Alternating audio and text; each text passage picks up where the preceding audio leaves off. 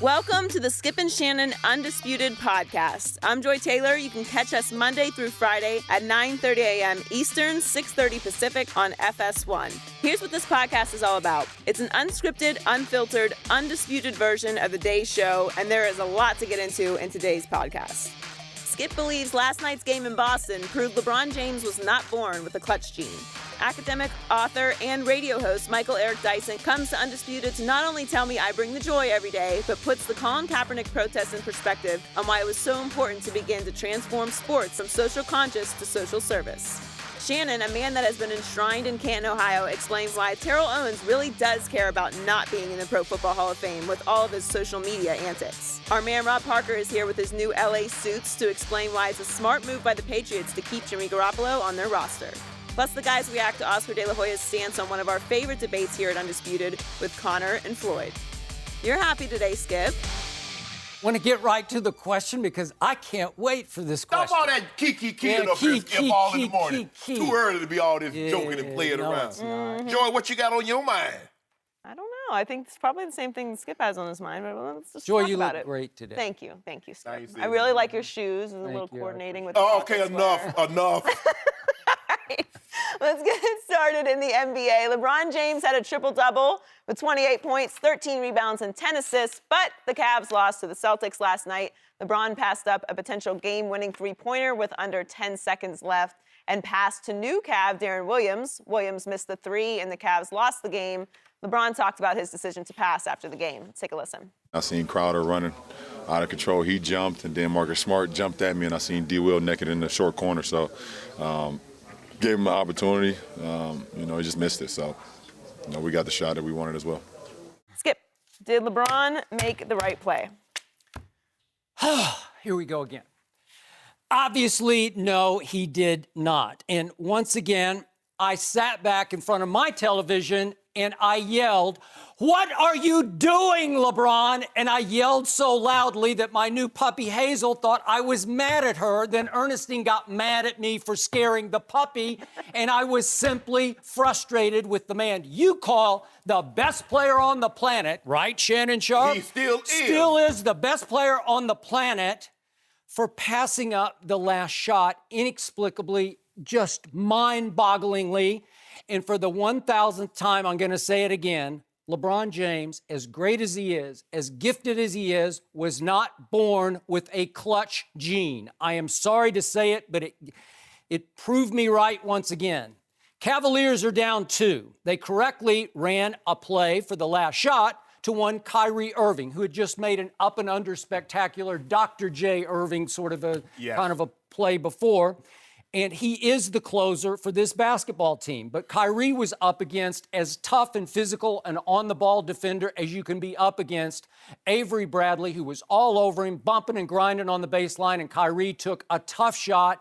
And for once, he missed that tough shot. But as often happens, Tristan Thompson went hell-bent for the rebound, and he came away with the offensive rebound, and he kicked it out to a wide-open LeBron James standing alone at the three-point line, and the Boston Celtics were in defensive scramble mode with everybody out of position. So LeBron had a quick choice to make. Does he go straight up and shoot the three to win? Again, they were down 2. It's not his strength, shooting three-point shots, and again, I have to throw in the little caveat that in the playoffs, LeBron James is the worst three-point shooter. This wasn't a playoff game. But it felt like kind of an Eastern Conference playoff game, at least sort of later in the season. It's a big deal on national TV on ESPN. But LeBron, I think, correctly decided, no, I'm not going to shoot that shot. So here comes Jay Crowder, selling out, flying at LeBron James, and all LeBron has to do is go ahead and pump fake one time and put the basketball on the floor and blow right by Jay Crowder. And guess who is left underneath the basket? One Al Horford. I believe LeBron is bigger than Al Horford. The heights are like 6'10 to 6'8, but I think LeBron's more physical than Al Horford. Is that fair to say? Sure. So I'm going to take LeBron freight training down the lane with a full head of steam against Al Horford. I'm going with LeBron in that matchup because I think LeBron can just flat out dunk on him. He could have dunked to tie. He could have dunked and gotten an and one. Or worst case, he gets hammer fouled by Al Horford and 2 or 3 others flying at him, and he has to go to the free throw line with 10 seconds left in the game and stand there by himself and shoot 2 to tie. LeBron James always shies away from the free throw line because that obviously is not his strength. He had just missed a free throw in this game with 4:23 left, and I don't think he had a lot of confidence. And we know LeBron has the highest basketball IQ, so he's calculating all this on the fly. I don't want to drive because I don't want to have to shoot those 2 free throws standing by myself, because right now he is making only 68.9% of his free throws for this season, which is a career worst. So LeBron does worst case scenario. He takes one dribble and he picks up his dribble. And all of a sudden, Jay Crowder flying at him, selling out, is all over him, and he has no choice but to pass up the shot now and kick it all the way to the far corner to a Darren Williams who has just joined the basketball team, playing in his first game for the Cavaliers, and he's been out for a week from the Dallas Mavericks. His first game playing in the NBA? No, but he's been off for a week. Okay. And by the way, over his last 9 games with the Dallas Mavericks, the previous 9 games, he is making 27% of his three-point shots. This is one of his worst three-point shooting years, the one he's had so far with the Dallas Mavericks at 34%. But over his last 9, only 27%. So he can't be all that confident in taking the shot to win the game from the corner. As open as he was, that is the wrong man at the wrong place at the wrong time. Completely unfair to Darren "Poor" Williams standing in the corner saying, "What? You want me to shoot the shot that you should have shot? Really?" Are you going to let me talk at any point in time? I'm trying to break this down for you because the best player on the planet has to take the ball to the basket and, if necessary, to the free throw line. He did it again. He ran from the last shot. The floor is yours. And I actually feel sorrier for you today than I do for Darren Williams. Don't feel sorry for me. I'm fine. Did LeBron James make the right play? Yes. It's never the wrong to do the right thing. And Skip, if you look at it, when Tristan passed him the ball, he was getting ready to shoot the 3. Jay Crowder comes flying at him. So now he checks it and is getting ready to now loses his dribble because he steps to the side. And if you notice, a lot of times when LeBron shoots his 3, he'll always check his feet and step to the left, step to his right. That's what he did. Now Marcus Smart is barreling at him. He doesn't have a dribble to drive to the basket and dunk on Al Horford or lay the ball up. He spots a wide open Darren Williams, as he said, in a short corner. That's the right play. Well, now, it's the corner. It's not just a short corner. It's not a shorter corner than the other corner. They're both short corners. But go ahead. It's shorter than the shot that he would have attempted. Now, early in January, we saw James Harden against the OKC Thunder. What did he? Can we get that play? No, I don't want to see this. This is the biggest sleight of hand we've ever had on Undisputed. Oh, my goodness. Why wouldn't James Harden shoot with 2 guys on him, Skip Bayless? Completely different. James Harden and LeBron James. No, see, stop. Wait, James Harden isn't the best player on the planet. LeBron James is. Stop. James Harden isn't 6'9", 260. LeBron James is. I've seen Michael Jordan in 2 finals games pass up the last shot to John Paxson and Steve Kerr. So stop trying to do the misdirection. He called both of them in Does it matter? Yes, it does. No, it does not, Oh, Skip. please. First of all, for him to make that pass, only a handful of people in the NBA playing currently or have ever played could make that pass from where he's at. Even fewer would have even seen Darren Williams wide open over there. Because think about it, Skip. He has to process this. I'm getting ready to take a 3. Jay Crowder runs at me. I step to my left and pick up my dribble. Here come Marcus Smart, Isaiah Thomas. So now he's saying... That's scary, Isaiah Thomas at 5'9". That's a threat to LeBron. Go ahead. He's saying, okay, now, if 2 guys just ran past me, one ran at me, one is running at me, someone has to be open. There's only 5 guys. I got 2, so now it's 3 on 4. Where could the possible open guy be? And without missing a beat, picks the ball up, throws the ball to the short corner. Darren Williams missed the shot, Skip. It happens. It happens. It's not, look, for me, the Celtics played great. They played really well down the stretch. Tyronn Lue surprised me with this lineup that he had on the floor at the time, especially because he had 2 guards, Darren Williams and Kyrie Irving and LeBron, and Derek Williams and Tristan Thompson. With the exception of LeBron and Tristan Thompson, you really don't have a defensive unit out there.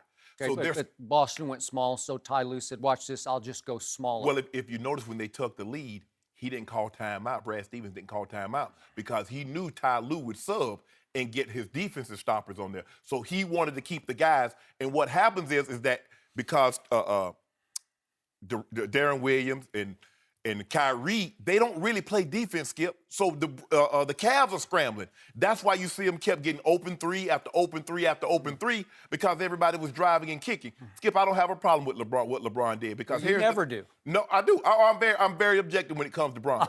Let me ask you a question. That's the funniest thing you've ever said. Had he attempted that shot, that tough 27-foot, and you was like, and then they panned and said, well, Darren Williams was wide open, you would have crucified him for Nobody's that. going to pan on the greatest player on the planet. Why not? Taking a shot. They're just not going to. They're just not going to. Darren Williams. Of course. 34%. No, nobody cares. Hold on. Nobody's Hold on. Why would you want LeBron? Why would you want LeBron to shoot the three when you said he's the worst playoff shooting three? I didn't want him to shoot the three. I want him to shot fake, which he did to start with, and put the ball on the floor and keep it on the floor. I ask you one question. Yes. Do you want Darren Williams shooting that shot from the corner, or do you want LeBron driving the basketball? I want the ball in LeBron's hands because I know he's going to make the right decision, be it pass or shoot.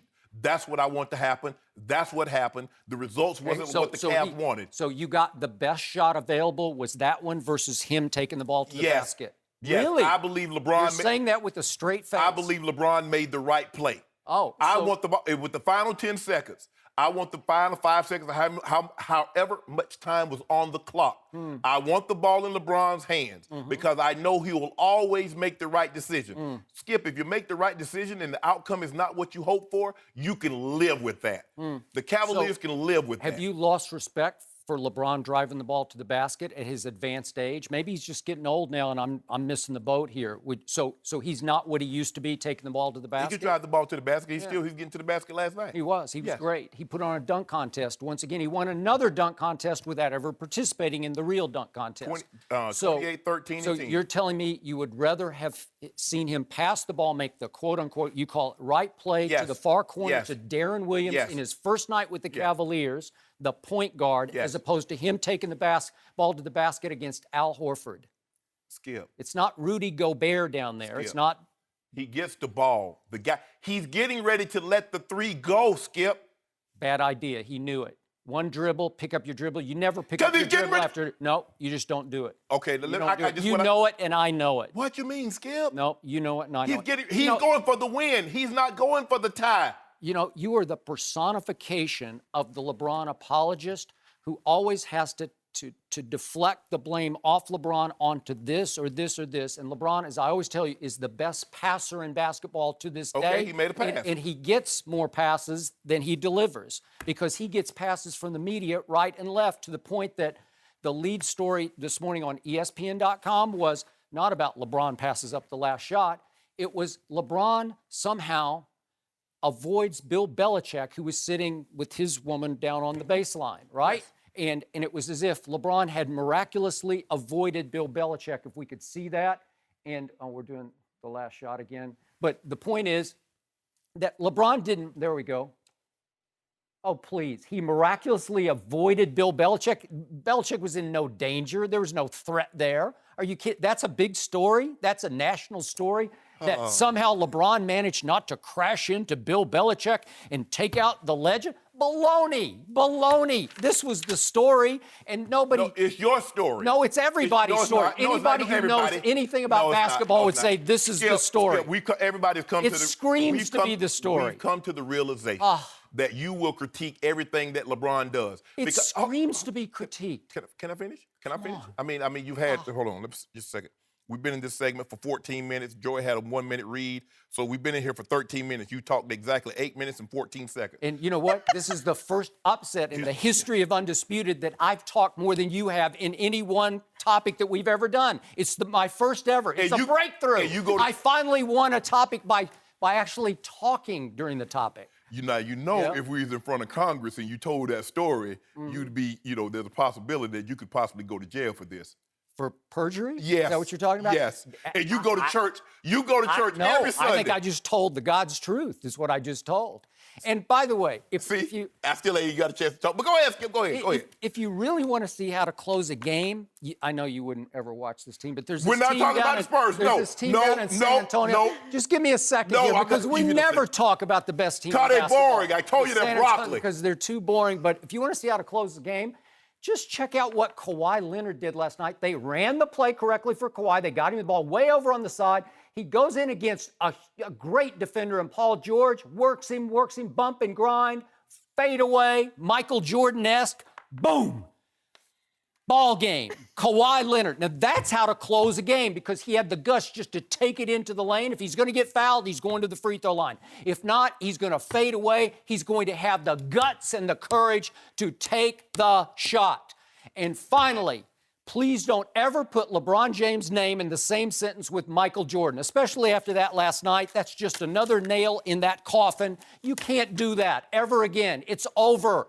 You are disqualified from even putting the name in the same sentence with Michael Jeffrey Jordan. That was the right play for Kawhi Leonard. I believe, this is my belief, Skip and Shannon. Skip has his belief, Shannon has his. I believe LeBron made the right decision. I believe it can if it's the right play, it can never be the wrong decision. You make a play and you live with the outcome. Now, always the outcome is not going to go in your favor. But if you made the right decision, you can live with the results, however they may turn out. I believe LeBron made the right decision. Because here's the thing, Skip. He makes the shot, you're going to say it's lucky. Just like you did when he banked in the three. This is the luckiest shot. Oh, no. Get the frown off your face. Why are you frowning? Because it was lucky. See? It was obviously lucky. He just flung it. See? He fell into the second row. Why you got the went off the backboard? Hold on, Skip. You think he was aiming that shot? Hold on, he doesn't shoot off the backboard from there. Why you got the frown on your face? I'm just telling you the truth. Look, they lost. You should be happy. I'm not happy. I want them to be in the finals against my Spurs. They will That's be. what's happening. That's but coming unfortunately, down. your Spurs won't be. By the way, Spurs 10 out of 12. Now here they come. Skip, he made the right decision. The outcome wasn't what the Cavs had hoped for. If he had kicked it to Kyle Korver in the corner, I would barely give you that. Even if he had kicked it to Kyrie for a second shot in that sequence from the far corner, I would give you that. Kyle Korver wasn't in the game. If he kicked it to Channing Frye, I would give you. Well, that's what I'm saying. If any of those options had been there for LeBron, but Darren Williams, Darren on his first night with the Cavaliers, when he played the whole fourth quarter, which must have been a shock to Darren Williams. Other than Tristan Thompson, I have the utmost confidence that any of the first 8 guys off the bench could take and make that shot. So Richard Jefferson, Channing Frye, Kyle Korver, Iman Shumpert, it doesn't matter. Anybody other than Tristan Thompson, if LeBron makes that pass to a guy shooting a 3, I have the utmost confidence that they can step up and knock it down. LeBron made the right play. You don't like it because that gives you, all it does is you try to validate, well, he didn't take the shot because he's afraid. He didn't need to take the shot. He needed to make the right play. I believe he made the right play. To a Darren Williams who's never been a great three-point shooter. And as I But you say LeBron isn't a great three-point shooter. He's not. Okay. It's not his strength. I just gave you the numbers. Somehow I'm giving you the numbers on Darren Williams. Shooting a better percentage. You had the 2 worst options, LeBron from 3 or Darren Williams from 3, and he almost took the first one and decided better against that. And then he took the second worst option, which is Darren Williams from 3. It's a panic move. He got caught without his dribble. He had no other choice but to kick it to the far corner.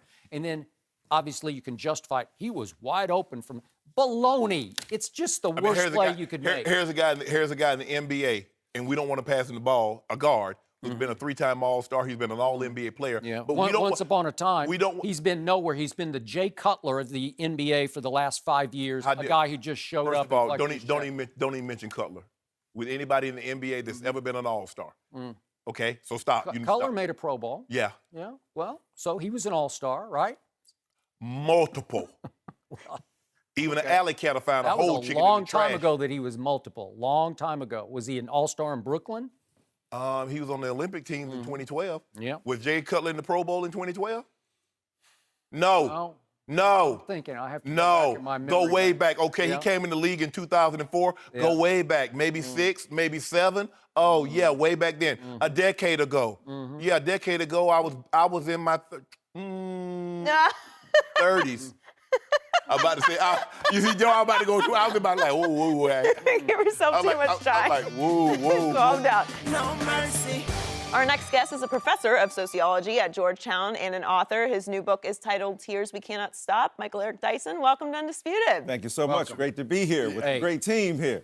Doc, my man. That's my man. Hey, it is an honor and a pleasure Yes. to have one of the great voices in America on our show. It's very kind. Hip-hopologist, sociologist, connoisseur of all knowledge and information. And sports fanatic. Oh, is he? Man, Is he? Man, y'all were heating it up this conversation, man. Yeah. I was like, let me on.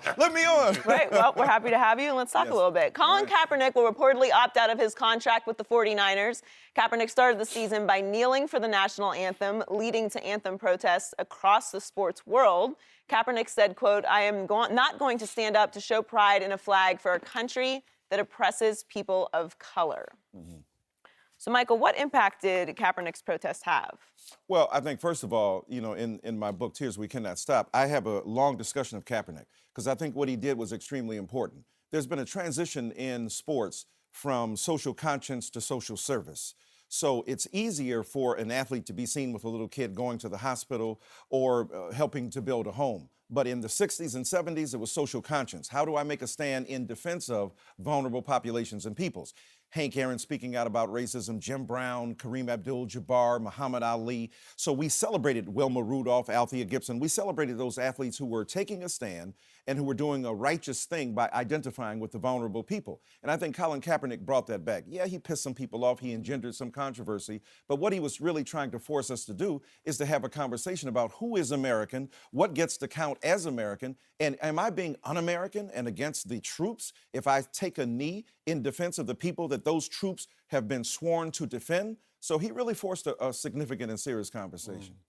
Do you feel like that it had real and lasting impact? I know it's hard to quantify that, but I just do, and it's very subjective, but he was so positively polarizing that I feel like it's going to have some lasting eye-opening. Is that fair to say? Yeah, that's a great point. Positively polarizing. That's a great point because he forced people to take a stand, to think about it. Well, if a lot of people hadn't even heard the third verse of the anthem, like, wow, is that what it's talking about? Yeah. You know, retrieving those slaves and bringing them back.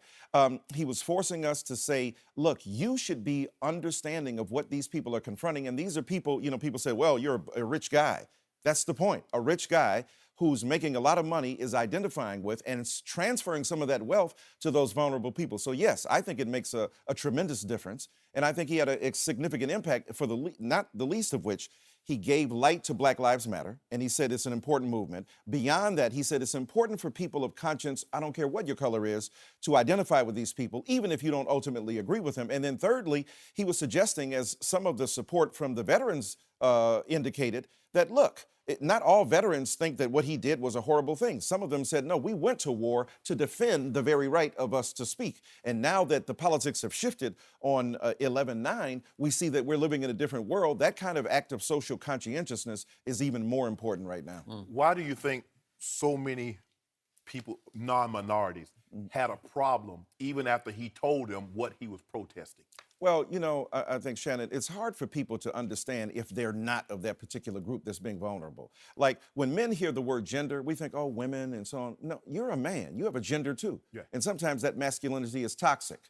So men don't often see what women have to live with every day. Many white brothers and sisters or people outside the African-American race don't understand this is what it means every day. We can walk down the street, and the greatest privilege of many white Americans is to encounter a police person and not die in the encounter and to live to tell about it. Correct. Many African-American people, you included, you're one of the most handsome, articulate, you know, well-built black men who's ever existed on this planet and one of the fiercest and sharpest and most insightful. On any given day, you could on a side road be subject to the acrimony and the hate of a police force that could snipe you or wipe you out. So this is the kind of stuff we dealt with and we've dealt with. And I think it's extremely important for many white brothers and sisters and others to understand, to be empathetic to the condition, the plight and predicament of people who have to face this normally. So if you're not living it, you don't understand it. If you're not existing in it, you don't really get what's going on. When we hear a guy like Skip Bayless take stands in defense of I'm not saying that because I'm sitting here. That's one of the bravest and most courageous things to do as a white brother or sister, is to identify with those whose backs are against the wall and to tell others who are in his position, be careful before you make snap judgments about what's going on there. I praise him every time we have this talk. He doesn't, he takes for granted. He thinks I'm just doing this, but Right. he doesn't know Right. what it means to us in our community Yes. to have him Amen. to speak. Because a lot of people Amen. wouldn't. When we first started this And show, don't. and I thought, I said, okay, we're going to talk about it. We're going to be done with it. He said, Right. nope, we're talking about it again. And I'm like, Skip, are you sure? Right. You know what, Skip? And I'm going to tell this story, and I haven't even told Doc this. LBJ says something. Mm-hmm. He says, if you can convince the lowest white American Right. that he's better, he said, he used the term colored. Right. But if you can convince him he's better than the best colored American, you can pick his pockets.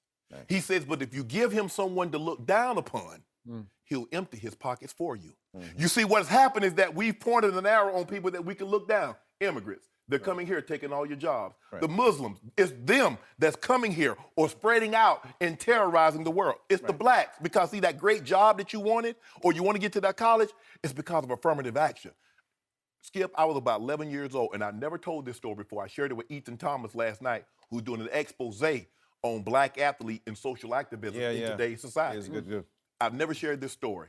I was on the playground. I think I was about 10 or 11 years of age, and this white kid said, Shannon, you got a hole in your pants. I knew I had a hole in my pants because I put the pants on, but I didn't have any.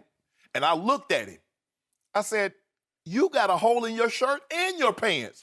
Right. He says, so what? I'm not black. There it is. He would rather be poor than the poor. Right. But at least he wasn't black. Well, see, that right there, you've just condensed a whole history of maybe 100 years of African-American thought and progressive insight about this issue. W.E.B. Du Bois, in his book, Black Reconstruction, and other places, talked about the psychic wages of whiteness. At least I'm not a Negro. At least I'm not that bottom feeder. And what's interesting, Martin Luther King Jr. was in jail in Birmingham. And I love this story. Right, the white jailers come to him. Dr. King, you're wrong. And Dr. King is, no, I'm not wrong. He says, segregation is right. He said, no, it's not. And then King asked him, now, how much money do you make? And then he tells him, and he says, you need to be out here marching with us because you are so dehumanized. But the point is, the overlords that exploit most of us can continue to do so if it convinces, as LBJ said, that poorest white person that he or she doesn't have more in common with us, but with each other and rich people who are ruling us all. So I think in that sense, what Colin Kaepernick forced us to see, to make us think about more seriously, is the fact that race continues to make a huge difference in America. Class is real as well. And if we begin to really understand how both of those factors work, race makes class hurt more. So when we talk about this last election as a referendum of the white working class, and they need to be paid attention to, imagine the black and brown and red and yellow working classes who are even further indebted, who are even further subject to social distress. So when you think about it, we have more in common as people of color across the range, right? Poor whites, poor blacks, poor Latinos, poor Asian, poor everybody, than rich people of any ilk who continue to control American society. That's what I try to talk about in my book, and those are the kind of issues that, if we're going to be honest, we could lead America in a different path, in a different direction. Let me just say this, Skip. I've told Skip and I've shared with Skip, I said protest should be uncomfortable. It should make the people that you're trying to get their attention, it should make them uncomfortable. Right. But also when you protest, you should be willing to give up life or monetary gains. Right. Am I right, wrong? Look, Martin Luther King Jr. said, any man who hasn't found something he's willing to die for isn't fit to live. So, or woman in that, for that matter. So yeah, you can't both make the statement, be willing to take the hits, and then complain about how they hurt. The reality is some people are going to have to sacrifice. Some people who make a courageous stand, like Muhammad Ali, sacrifice. How much money did he lose? 3 years. We never saw him really at his height because of his conscientious stand. We did not. There will be a sacrifice involved, but if you're real about it and you're committed to it, that sacrifice is real.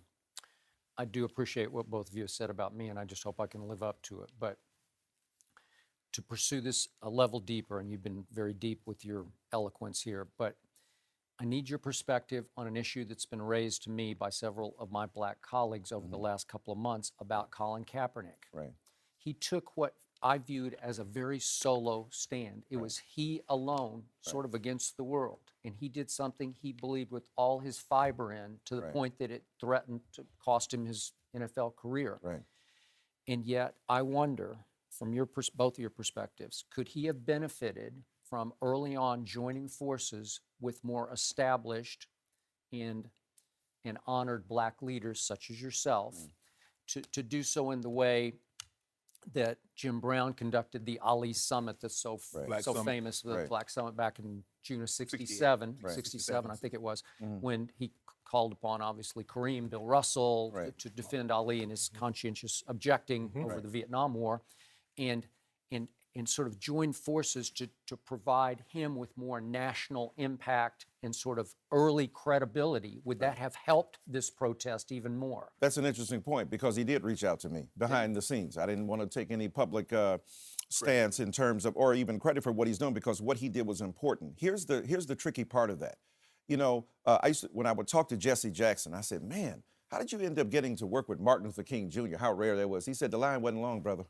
The line wasn't long to die. To your point, he wasn't that The guy. line wasn't long to die. The line wasn't long to sacrifice. The line wasn't long to give up what you have in order to invest in a people in a long term. So all of these black people who remonstrate against Mr. Kaepernick, where were you? You've got a voice. Why didn't you stand up? Why didn't you join him? Why didn't you say what's going on here is good? You know, because most of us, like any color of people, watch our hides. We're worried about the bottom line. Will it affect us? And I understand that. I'm not saying that you should be oblivious to your brand, but what's even more important is those people who have been branded throughout history as stigmatized and demonized. And what Colin Kaepernick did was to lay it all on the line. And those who were critical of him, I can understand it's not perfect, but then you have the right to join him. You have the right to call him. You have the right, as a famous black person or a leader, to reach out to him, to forge connections and alliances. And one person can't do it all, that's true, but one person can make such a huge difference. Henry David Thoreau said, there's nothing more powerful than a man who, any man more right than his neighbor is a majority of one.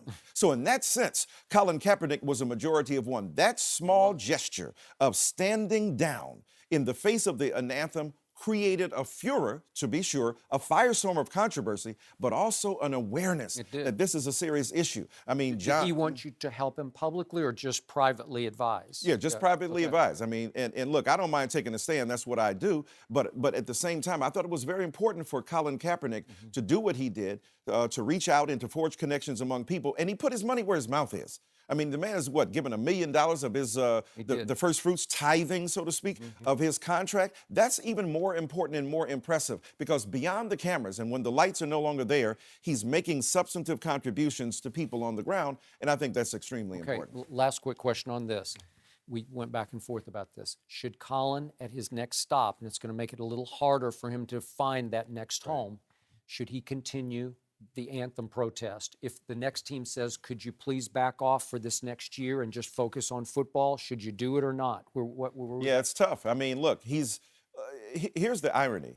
When you're doing well, then people will tolerate anything, right? I mean, winning is a cure for many sins. If you're not winning, then your social conscience may cost you even more. And I think Colin Kaepernick has to examine himself and say, what's most important? The statement I make, the gesture I make, and I'm going to be consistent if I don't get the job or I do get the job, right? And here's the hypocrisy of many of the people choosing him, though.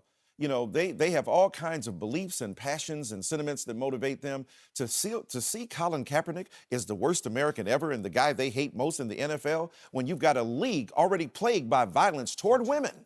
You've got a league that's already plagued with indifference toward children. In many instances, and now Colin Kaepernick becomes the bête noire. He becomes the worst thing you can imagine. Shame on them. And not only has he exposed what America has done and been complicit in, he's exposed some of these NFL executives and others who may not have the right sort of conscientiousness when it comes to these issues. But in terms of his own life, he's got to make a choice that's up to him. And I think at this point, he's committed to saying, I got to follow through on what I'm going to do. Let me find a team who will acknowledge that. Yeah, absolutely. It'll be interesting to see what happens next year with all that. No mercy. ESPN's Adam Schefter reported that the Patriots are not planning to trade Jimmy Garoppolo. Garoppolo's rookie contract will end after next season, and Tom Brady will turn 40 in August. We're joined by Rob Parker. Good morning, Rob. Good morning, Rob Parker. How are you? I'm doing great. You're looking great. Thank too. you. Boy, FS1 did you right. You say that every day now. Hey, He's just very impressed with you, Rob. I saw you when you first came on here. Had all the Detroit suits. Oh, wow. Yeah, this is more Hollywood. This is There you more go. Beverly Hills, L.A. Yeah, I got that feel. I'm enjoying it. Yeah, you look good, Rob. Rob, would it be the right move for the Patriots to keep Jimmy G? Absolutely. You know, the Patriots, they always do the right thing. Oh, okay. Maybe not always, but in this case, You know it was a catch to that skill. it makes sense. And I know people think Tom Brady's going to play till he's 50 and whatnot. Did you Or 45. watch? Did you watch the first 3 quarters of the Super Bowl? Did you watch that? I did. And there was no talk for 1 second that he's the greatest of all time and this and that. And I get the fourth quarter comeback skip and all that. But let's just be honest. He'll be 40 next year. There probably isn't a great deal out there just to give away a quarterback. And he's already cheap for this year coming up, right? So it's not like a big expense. Yeah. It makes sense. What if Brady starts poorly? What if Brady gets injured? What if something happens at 40 years old? This is the right move. And maybe down the road, it might wind up being more like a Montana turning over to Young kind of thing, you know, where you have Hopefully a guy. not that acrimony like that. you know. That was a bad situation. Yeah. They better hope that Garoppolo is Steve Young, but go You ahead. know, right. But I'm saying something like that. But I think they're doing the right thing. I know the visions of Brady is all about the fourth quarter and the comeback and winning the Super Bowl, but he's turning 40 years old. The time to make sure you have a quarterback in your back pocket is right now. This is smart. Okay, what's your gut feeling on how much longer Tom Brady can play at a high level? 1 more season. Just one more you would give him next year, Next period, year, end of next story. year, they don't make the playoffs. You know, he has an okay year, and then they make a change. Is that your prediction? That is my prediction. They're not going to make the playoffs. They're not going to next make the year? playoffs next Wow, year. did we get that on? It's on tape. Okay. I absolutely think this is the right decision. And the Patriots always do. I just had to make sure I heard you properly. I thought I was losing it. It sounded a lot like the Bengals Super Bowl. prediction. Yeah. Oh! Yeah, she's sneaky. Shots fired. Listen, I How do sit you here. I remember that, sit here. Joy? I listen to everything everyone says. I remember everything. It's my skill. It's easy when you say, because a lot of stuff you say, I'm like, whoa. I don't believe I would have said that out loud. But I do, but I believe this is the right decision. And the Patriots, we won't know one thing about them since Coach Belichick has been there. They're always doing what's best for them. It doesn't matter if we trade Richard Seymour, we release Ty Law or Lawyer Malloy, we trade Chandler Jones in his absolute prime, we get rid of Jamie Collins. We're going to do what's in the best interest of the Patriots. Yeah. Now, I'll tell you what's going to happen. You let a team come to them and says, okay, we'll give you a first and a third round pick for Jimmy Garoppolo. I agree. And they're going to say, Jimmy, our ring ceremony is in June. Hopefully, Come back. hopefully you can make it. But I do believe that they believe that he's the guy that can, when Tom steps away, I believe he plays 2 more years. I'm not going to say 1 year like you. I believe he plays 2 years, and I believe He's 40, Shannon. You really think he's going to play 2 years? yeah, 2 years. I believe that he can be that guy that when Brady steps away, Jimmy can step in. And I think of all the quarterbacks they've had, from the Brian Hoyers to the Ryan Mallett to the Rohan Davies and all these other guys, he looks like to be the most guy that's best equipped to come in, and because Skip, the saying is, you don't want to be the guy that replaces the guy. You want to be the guy that replaced the I guy agree. that replaced the guy. Because think about what you're coming up against now. You're replacing the greatest player of all time at that position. 5 Super Bowls, 7 appearances. Boy, that's a tall order. And if Jimmy can come in there and hey, get this team to the playoffs and have a third, not even half, give him a quarter, a nick of the career that Tom Brady, Mr. Kraft and Coach Belichick should applaud. I am with you on one point. I believe that Bill Belichick is still playing the field on Jimmy G, that he's just trying to drive up his price by putting out the reports that, oh, we're going to hang on to him. He's that valuable. And you're exactly right. If somebody comes with a big, foolish haul of draft picks or whatever, even maybe a player, he's going to be gone. I can't see that coming, Skip, because his body of work isn't enough for you to give up to me. No, I'm with Right? you. But if somebody Look at Brock Osweiler. Yeah. Because think about it. Look at his body of work. No, and they gave him a lot of money. $17 million. And I would think And you that see, Jimmy but you Garoppolo. see how that turned out, though, is right. It's because it wasn't enough. Okay, but look, you make a fair point about the first 3 quarters of the Super Bowl. We've talked about it before, and your point is, gee, What if he had finished on the same path that he'd started those first 3 quarters? Then we'd be having a very different conversation if that ends up what could have been 35-3. Let's say that's the score of the Oh, it would definitely then be you're different. saying, wow, what happened to Tom Brady? And should we really start thinking about replacing him? But when Tom Brady says he's going to play 5 more years, I'm going to take it to the bank, because he did a great interview with Peter King, Monday Morning Quarterback, and was in Sports Illustrated, and he went into depth about how his flexibility is keeping him afloat. And again, this gets very deep, but you're a student of the body, and hey, yoga, the Pilates. He's figured out how to stay so flexible that he can withstand. He took 7 or 8 big hits in the Super Bowl that would have knocked, all 7 would have knocked Tony Romo into next year, right? Seriously. He definitely had to retire. Yeah, well, that's it. So the problem with your premise about the first 3 quarters is football is a 4-quarter game. No, I get it. You look at the 4th quarter, and it's just Don't make me all relive time. it, Skip. Well, I saw it. Just in the 4th quarter alone, he goes 16 of 21 for almost 200 yards passing. And again, I told you that the 4th quarter against Seattle was the greatest Super Bowl 4th quarter ever. This went beyond it. It went beyond it. And then in overtime, he was just as great. I can't hit stop. Okay, Skip. but stop. Okay, so I look at body of work just this year. Tom Brady, during the regular season, albeit just 12 games worth, he had the 2nd highest QBR in the league to the MVP, Matt Ryan. Didn't play anybody. And it was his, okay, but still, you look back, it was his highest QBR since the record-breaking 2007 year. So Tom Brady, you could argue, had his best year ever at age 39 going on 40. Isn't there something wrong with that equation? Don't you question that? Rob. What? What? You know what?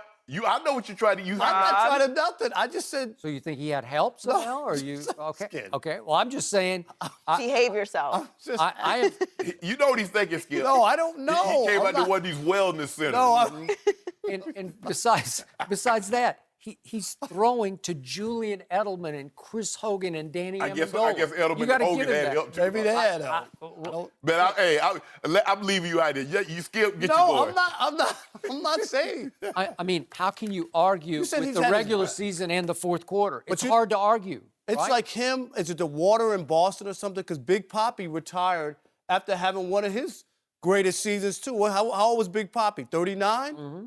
And he just retired, had like unbelievable numbers. 39, maybe the new 29. But he retired, and Brady says he wants to play 5 more years. And this is the one guy I don't bet against 5 more years. I'm splitting the difference. I'm going 2. You got 2. I got 1. You got 1 and no playoffs. No playoffs. You're on the record. It's going to collapse. It's going to collapse. I'm afraid you're going to have a long, hard football season. No, I'm going to You're be ready this year. I cannot wait. And you know what? He gonna be Hold ready. this tape, and you're going to say, you know what? It was unbelievable. He predicted it way back in March 2nd, that they wouldn't make the playoffs. Rob, I know what we I love am you. looking forward to. Which we really do. Them we September really suits love you. that you wore won't be coming back. But as our friend Eric Mangini would say, to the point about the schedule, you play who's on your schedule. That's true. Okay? And So- just remember, Rob, no Gronk, no hardware. Yeah, no Gronk, right? no hardware. No Gronk, no No hardware. Brady, Well, I mean, no title. Yeah, right. How's that? It's Yeah, really well, good news for me. I feel like the Dolphins are going to the Super Bowl this year. Is what you Stop, told me. Joy, That's what stop. Rob has just revealed. The Patriots aren't making the playoffs. true. They just got a cakewalk to the Super Bowl. No, I'm picking the Jets. Are you Rob. really? Is that an early Yeah. on the record? Well, let's Who's see. the quarterback? Well, Tony that's what, Romo? I don't. Tony Romo, Yeah, maybe. okay. If they get Romo, I'm picking the Jets. You are on fire today, Yeah, Rob. you- No mercy. Canelo Alvarez and boxing legend Oscar De La Hoya both fought Floyd Mayweather and have strong opinions about a potential Mayweather-Conor McGregor fight. Canelo said a fight would be a joke and disrespectful to boxing. De La Hoya said it would be an embarrassment for boxing if an MMA fighter were to go into the ring. We're joined by Colin Coward. Good morning. Good morning. Do you agree? Do Oscar and Canelo have a point? No. I mean, first of all, I covered boxing for years in Vegas. I saw a guy bite another guy's ear. I saw a fan man fly into a ring. I saw all sorts of craziness by promoters to create, I saw outclass guy, old guy, young guy. I mean, this is what boxing has done. It's like tennis. It's matchmaking. Tennis used to do this years ago more. Now, it's more legitimate. But I think it's just an event. I think boxing needs to be talked about because UFC is a better run business and UFC gets talked about more. We don't talk about boxing anymore. And Floyd Mayweather is sort of the last guy we talk about. And so boxing's like, let's make news. I think it's pressure from the UFC The UFC has created a women's division that gets more social talk than the guys' division in boxing, right? So I think it's a little pressure from the UFC to be different. Yeah, but you know what happens? Even the middle-tier boxers make more than the top MMA fighters. Conor McGregor wants this fight because you know why? It's a power move. This is all about him. He's like, hold on. Let's just say for the sake of argument, we do 5 million buys, and I make $100 million. Floyd makes 350, 375. You know what I'm gonna do now, Dana? You remember that time how you used to pay me $3 billion to get in here and fight? You got 20 million for me? Because this is what happened in golf. It used to be before Tiger came along, they said, okay, the total purse is $500,000. Tiger like, I'm not showing up to play in no tournament for $500,000. And the purses went up, and he dragged everybody along with him. Conor McGregor is about to be the Tiger Woods. He's about to make these purses go up in UFC, and he's going to drag everybody along with him. Whenever you have a classic sport, people think, oh, it makes it look bad. I don't think less of tennis if there's an exhibition. You know, I don't think Bobby Riggs played, was it Billie Jean King? Mm-hmm. I didn't think less of tennis. I mean, sometimes, I remember... What would you think if LeBron James said, you know what? I'm going to go out there, I'm going to score on a key to lead. I'm finna play football. I'm giving up. Hey, I'm a great all-time great. We used to have superstars on ABC TV. That was superstar. I'm talking about going in this ain't no exhibition. See, this is not an exhibition. This is not Muhammad Ali and Gorilla Monsoon. Michael Jordan almost played Magic at Thomas and Mack Center in Vegas. Hey, listen, I grew up in Vegas. I like Daredevils. I like events. This kind of stuff to me is fun. We get about once every 5-6 years, sports gives us an event. These are fun. I wish we had more of them. Colin, thanks for joining us. All right. Catch you in the third in a few minutes. Way to go. Back to Joy's question. Is this a disgrace to boxing? You better believe it's a disgrace to boxing. But to me, the sport I loved, boxing, is dying. Oh, you don't love it anymore, dying. Well, what's left to love? The biggest draw left in boxing is now 40 years of age, Yeah. Floyd Mayweather Jr. And the only fight I really care about left in boxing, this is just me, and I'm a fan, is Manny and Floyd? Pacquiao and Mayweather too. Yeah. And unfortunately, Manny is going on 39 years of age, and Floyd has turned 40. So I want to watch two boxers with a combined age of 80. You know, like I want to watch that. Are you going to watch Manny and Amir Khan fight?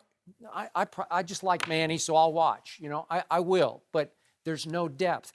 Again, I grew up with Ali Frazier, Ali Foreman, Ali Norton. Yeah. I can just keep going. Ali. But all those guys, it was unbelievable. It was Titanic clash after clash. All those big heavyweights now, they play NFL football. They do, play because basketball. They watched what happened to Muhammad Ali, and they Yeah. said, we don't want to do that And anymore. Joe Frazier and Ken Norton. And the point is, UFC clearly has overtaken boxing in popularity. UFC is on the rise, and so it doesn't surprise me at all that the biggest draw in UFC now, as Conor McGregor says, yeah, I want to fight the 40-year-old guy because that's all that boxing has left. And Floyd is trying to sell it also because he said if you look at when Conor lost, he lost on the ground. Yeah. He knows his stand-up game is very good. But what Floyd is doing, he knows that Conor might not fight until September. Well, if he doesn't fight till September, he's not fighting again in 2017. So now I'm going to have to wait till I'm 2018, which will be 2.5 years removed since I last fought. That is correct. And plus, I'll be 41. 41? Yeah.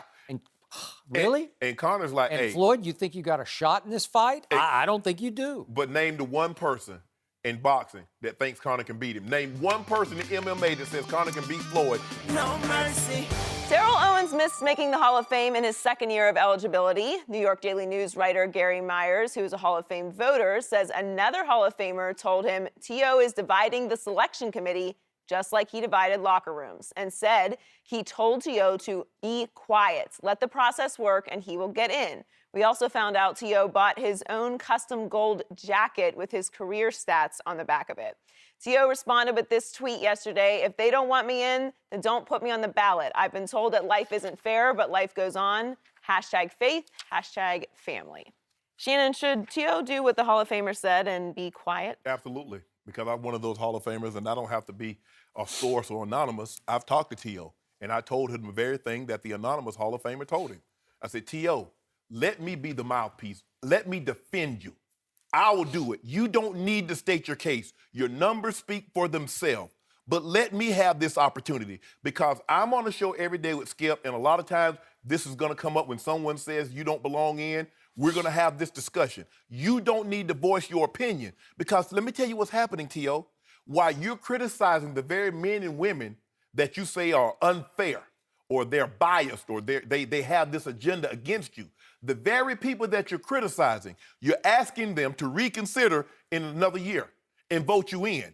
They are human beings. They're not going to let you lash out at them and then all of a sudden side with you a year later. He said it doesn't bother him. It bothers him because if it didn't bother him, he wouldn't do this. Why would you go, if you don't care about being in the Hall of Fame, why does every time someone wants to talk to you about it, you bring it up? Why do you have a gold jacket with your numbers on the back? You do, it does bother you because it's the ultimate validation. There's nothing else. You can win 10 Super Bowls, but when they say Hall of Famer, because it's for perpetuity. And see what the voters are saying, see? Look how he's talking. Because they know this, Skip. Once they vote you in, they can never get you out. They don't care what you do. Mm-hmm. You're in, you can't get traded, you can't get cut. You're there for perpetuity. But he won't let the process be. Skip, I was frustrated. I know. I had better numbers than any tight end before me.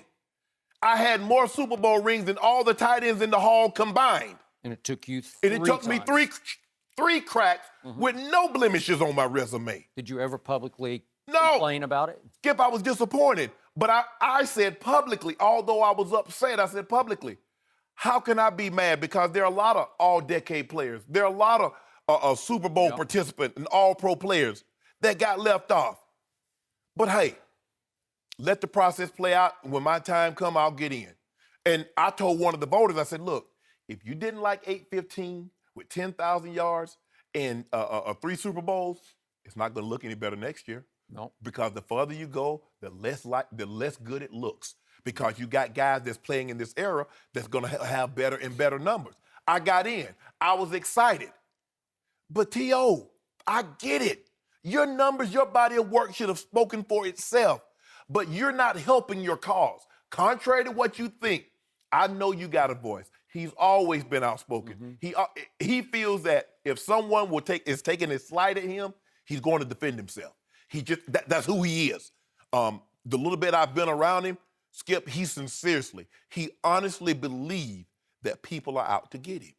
He thinks even if that's not new now. That goes way back to San Francisco. But I didn't. When we played in the league, but we never really crossed paths. Yep. But I had an opportunity to talk to him outside of that, and I'm listening to him talk, and I'm saying to myself, this guy. I said he really, really, genuinely believes that people have agenda to get him. But I just wish he would stop talking. I voiced this to him. I voiced it to people close to him. And I will reach out to him again. I'm like, T.O., you're not helping your cause. Before I respond to everything you just said, I'm going to say this one more time. It deeply offends me that this voting process can require that it takes you 3 times to get in, or in Chris Carter's case, and he's going to be on with us in just a couple of minutes here, 6 times. So should it go on your bust? 3rd ballot Hall of Famer, 6th ballot Hall of Famer, 1st ballot Hall of Famer as in your brother? Is that the degree of Hall of Fame? You're either in or you're not in my view. You're either a Hall of Famer. I don't think of you as a 3rd ballot Hall. You're a Hall of Famer. Right. And I just don't like this, but that's just me. Is it fair to say that Terrell Owens will never be able to shame these voters into voting him in? Is that fair to say? I think it's getting harder and harder because you know what's happening, Skip? You get a Reggie Wayne coming up. You get an Andre Johnson that's going to come up. Yeah. You're going to get an Anquan Bolden, a Steve Smith. You're going to get a Larry Fitzgerald. You're going to get all these guys, Skip, that has impeccable resumes with no interference about what they did in the locker room or the distraction that they caused. So it's going to be, the more he talks, because guess what, Skip? They get to check. They get to write a check or an X. This is my 2 cents from a distance. And obviously, I've been on air with Terrell a number of times. Correct. So I feel like I have that much insight into him. Obviously, I covered him and his team, San Francisco, in his first time around there before he went to Philly and before he went to Dallas. This is my 2 cents from a distance, that I feel like he no longer cares that his criticism of the voters and the voting process is keeping him and could keep him out of the Hall of Fame. That jacket says he cares. Okay, but here's my point. Beyond that jacket, Okay. Terrell is a shrewd operator, one of the shrewdest operators I've ever been around. I've told you, I thought he was very skilled at blame deflecting, especially on all of his days and all those first 3 stops. But he can also be a Hall of Fame self-promoter. He's very good at it. Now, that's not disparaging on my part. I actually admire that. He knows how to play this media game.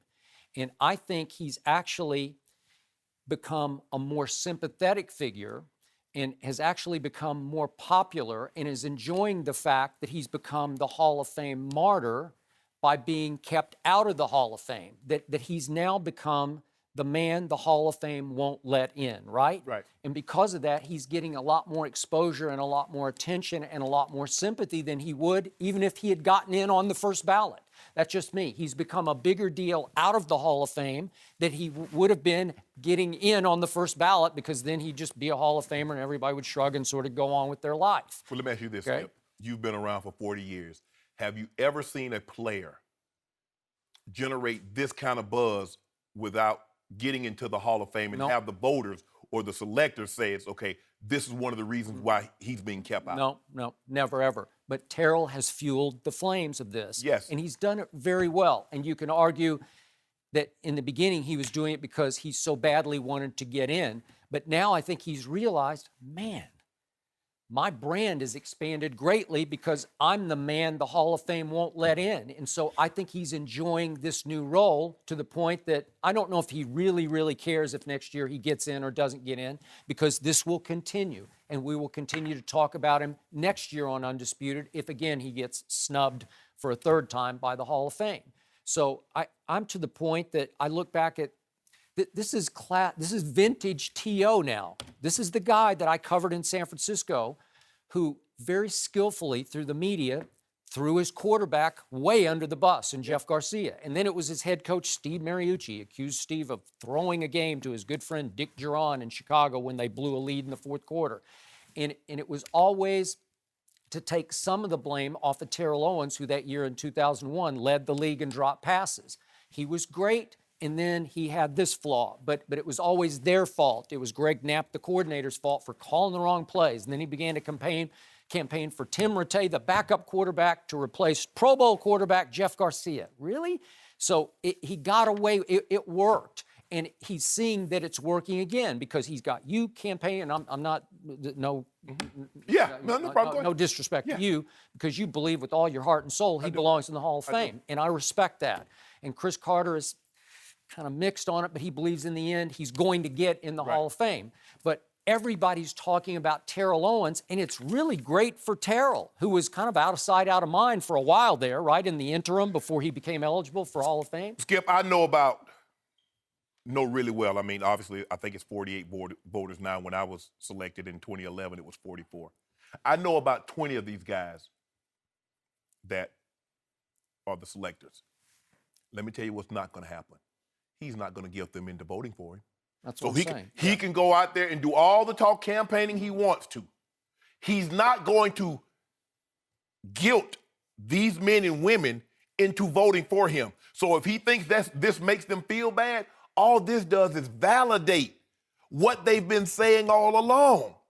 It does. This is why we haven't put you in. Because if we had put you in, we know we can't take you out. So we just rather have you complain, bellyache, gripe from the outside. Yep. Because they know once a Blair Buswell, who sculpts the bus, once he starts that process, it's over. Yep.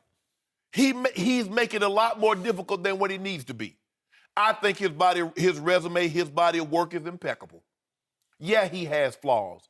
But I tell you what, I can go through that building, I can take you through that building, and I can point to a lot of guys that has flaws. But this doesn't help his process, Skip. And he does care. I didn't get no gold. I didn't get no jacket and put my numbers on there in front of you. Look, I had more Super Bowl rings than the previous 7 guys in the Hall of Fame combined. and I had to wait. I won 12 straight playoff games. I'm the only man since the merger that can say that. I had to wait. I led my team in receiving. That was unheard of for a tight end to lead his team in receiving for 6 straight years. I did it. You don't have to convince me. It's So good. You're good. You're good. And Skip, I'm not gonna sit here. I was disappointed. Yeah. But I'm looking because I'm looking at who's going there. Okay, Emmitt Smith. No, my first year it was Bruce Smith. Okay, slam dunk. Rod Woodson, slam dunk. And then you're like, okay, Derek Thomas. He had been on the ballot for a long time. He's going in.